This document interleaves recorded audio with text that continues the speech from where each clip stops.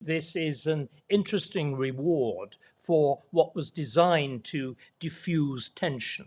The idea that if you distribute, if you spread it around, it will be less objectionable. And in fact, of course, it's had precisely the opposite consequence. There's another way you can put it, and I think we ought to investigate this one, because I think it will be a take that you will like. Remember, the whole notion that we welcome the refugee, that fundamentally there really shouldn't be frontiers and nations are all a bit passe. This is the most typically elite London-centric belief, the kind of postcodes, I fear, which you and I live in. But what, of course, we're seeing is this belief now being visited on deepest, most comfortable provincial England. Suddenly, it's not London, it's not Manchester, it's not Birmingham, it's not the northern towns. It is Epping, it's this. These perfectly ordinary places, many of them very, very small, that have never experienced anything like this. And suddenly, everything they've read about in the newspapers, everything they sort of thought, well, perhaps the Daily Mail's gone a bit far on this one. Or, every so often that man Farage, really is a bit, isn't he? Suddenly, it's there. Yes. It's in front of them. And large swathes of the country are very passive places, very peaceable places, very lovely places to visit and to live and to go to. I'm actually a London exile. I fled because of house prices about 10 years ago. So I live in leafy Buckinghamshire, and I would count leafy Buckinghamshire as such a place. And they are going to push back because it's not right. And I do wonder, David, your take on this, because my view is that after the 90s and the Great Change, which was really a sort of post-60s change, they smash down the existing establishment and elite. They finally get rid of the hereditary peers that they've wanted to do for so long. They get rid of gentlemen. Yes, well, the transformation in the Conservative Party, the absolute fundamental transformation from the typical Tory, however much he may have been buffed and tuffed, had a powerful sense of civic duty, responsibility, old-fashioned things like noblesse oblige, a courtesy, a basic honesty. Look at the last person actually to resign properly, John Knott or Lord Carrington. That seems to me, we've forgotten just how watershed a moment that was. That old notion of honour, of truth-telling. But we need it all back, David. But the theory is that they came in as a brand new elite. They're only really 30 years in. The old elite had worked things out over hundreds of years. So one of the great, I think, sources of wisdom and guidance for the old elite, and correct me if you disagree, but I think would be Kipling. And I think that they would literally be made to read and recite Kipling poetry until they understood what Kipling was going on about. And of course, there are other Victorian authors, and there are lots of sources. I mean, maybe we should, Stephen, we should explain that. I mean, Kipling is supremely the voice of the Tommy against the officer class. But he can convey it in language which the officer class respected. I think it's Tommy here, Tommy there, Tommy everywhere, until there comes the moment when you need them, like war.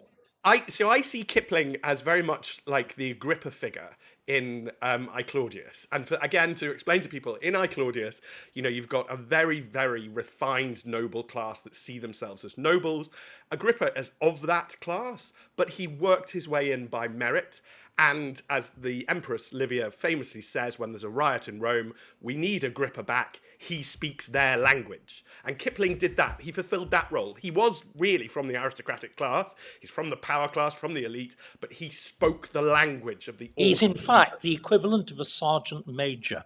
Yes. That complete disappearance of the non-commissioned officer class, which usually fulfilled in the days that I remember in a similar little provincial town in the north of England by a police sergeant who invariably had been a sergeant major, had been in the army, knew, as it were, how to deal above and how to deal below. All of it gone, gone, gone. But the other thing that strikes me, and again, I've been struck at how far the degree of suppression has extended to things like the Times. The Times reporting on this has been fascinating because what it has done throughout, it has pushed, well, an establishment paper, it's pushed the establishment narrative that fundamentally behind this there is deep, dark forces. Ah, right. Oh, that homeland, say the word in error. About these 3.5 people. The one thing that has never been mentioned, and it's fascinating, is have you noticed even those on the establishment are prepared to make a kind of nod as they're all getting frightened, a nod to the legitimacy of part of this. And the legitimacy is if these are people from the locality, providing they don't start throwing things, then it's really all right. And we, the police, ahem, will facilitate. But have you noticed the other thing, which the Times didn't, which is the bussing in of the whole group of saying no to racism. Oh, All I of that know. lot. And have you noticed some very interesting things about it? The evidence is very clear of the staggering degree of funding. And did you notice what the principal source of funding was? I think it was the TUC. Actually, no, it's the National Lottery. It's the National Lottery. Isn't that fascinating? It's the National Lottery. It goes on, it's even more interesting because have you noticed they always come from elsewhere? And what the web shows, it's very much the same people. You can even recognize faces. They come in by rail and they are bussed in. But the police say, oh, we have a duty to facilitate protest on both sides. But there's no evidence whatever, as far as I can see, that any of these people are local at all. And what I'm also interested in, Stephen, is that they fall into two very discrete categories. You look at by the way, they're very small groups, and they all, of course, have the identical placards, all carefully printed, all obviously, just ready to go with the most sort of slightest adaptations to whatever the particular local situation is. But they fall into two astonishingly different groups. One of them was wonderfully labeled by one of my regular correspondents, whom I rely on as a kind of voice with his ear to the ground in various bits of Essex where all of this lot kicked off. And he came up with this wonderful word which I haven't heard before. He calls them DOBs, DOBs. Guess? Daft old bints. And these are the rather motherly ladies with the grey hair and the expression of profound worry about everything.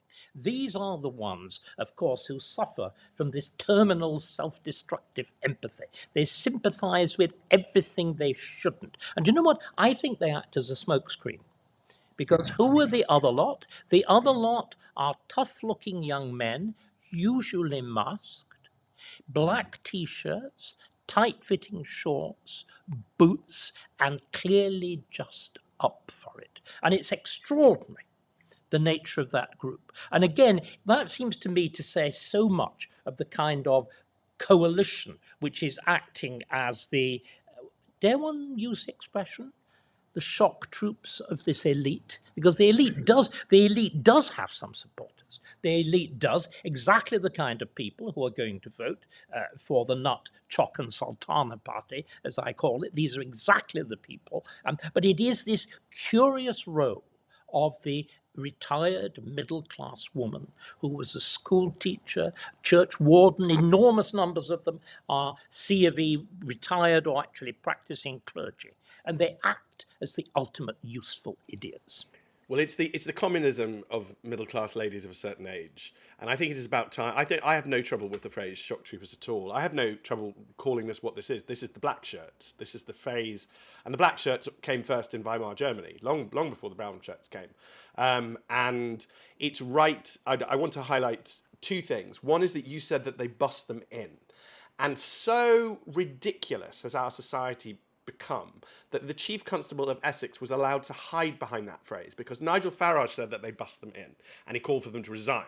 And then they had this ridiculous press conference. And then it turns out that actually, David, they didn't bust them in. They came to the railway station and they escorted them on foot Yes. along a lane, They walked them in.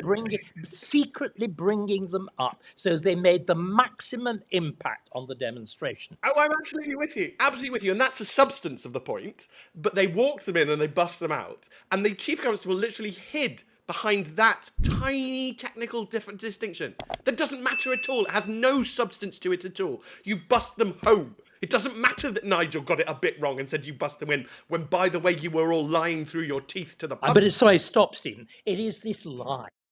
It is now the absolute I've been going on about this a lot. It is the omnipresence of the lie. You said from the 1960s. It, of course, begins in the immediate wake of Enoch Powell, the Race Relations Act, and everything else. There is the gigantic lie that diversity is a good, that Windrush built Britain. All of that has to be enforced by something else that we'll be talking about, I'm sure, later, increasingly stringent limitations on freedom of speech. Lies get found out, and if they get found out too often, too widely, as is going on now, the danger to those who are purveying those lies, who depends upon them, becomes greater and greater.